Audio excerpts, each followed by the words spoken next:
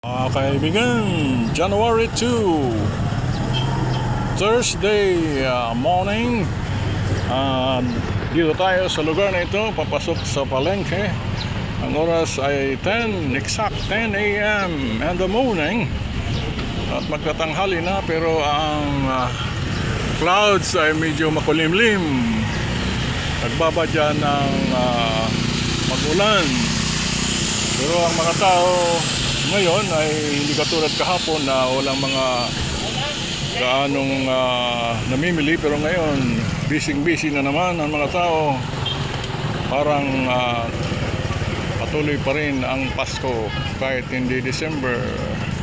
Araw-araw ay Pasko. Nagbibigayan, nagbibilihan. Alright, so ito mga kaibigan ang sitwasyon nandito na makikita natin sa mga oras na ito. January 2, 2025 mga kaibigan.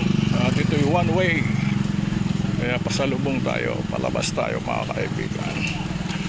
At mayroon namang nagka-counter rapid correct mga kaibigan. Ganito sikip ang kalsada rito, matagal nang hindi ito naayos at napakakipot, kaya one way lang ito. At ito ang mga makikita ninyong kabubukas na mga tindahan. At alam ninyo kung kayo ay taga rito, alam naman ninyo yan. Kung kayo pupunta dito sa ganitong oras, ito po mga kaibigan ang ating makikita.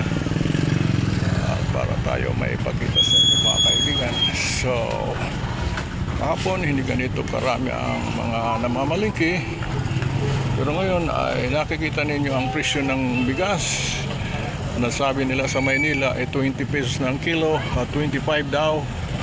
Pinakamataas ngayon, ito ang tunay na presyo ngayon.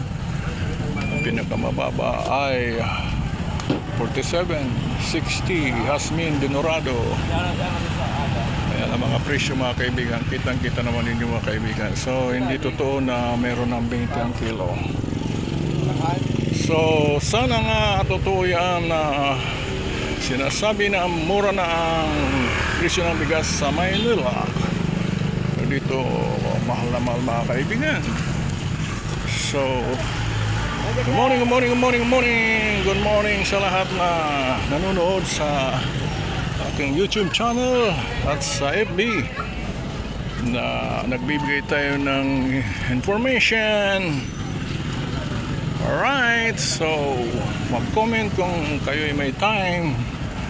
Kung wala naman, mag-comment din. Alright, and enjoy your day. Have a nice day everyone, and may God bless us always, now and forever. See ya mga kaibigan. At huwag tayong mawala ng pag-asa kung kayo'y nakaranas ng mga hindi ka nais-nais sa taong ito. Magkaroon tayo ng panibagong pagsimula. Alright mga kaibigan, keep up the good work and always have faith in God, because God will never leave us nor forsake us. Amen mga kaibigan.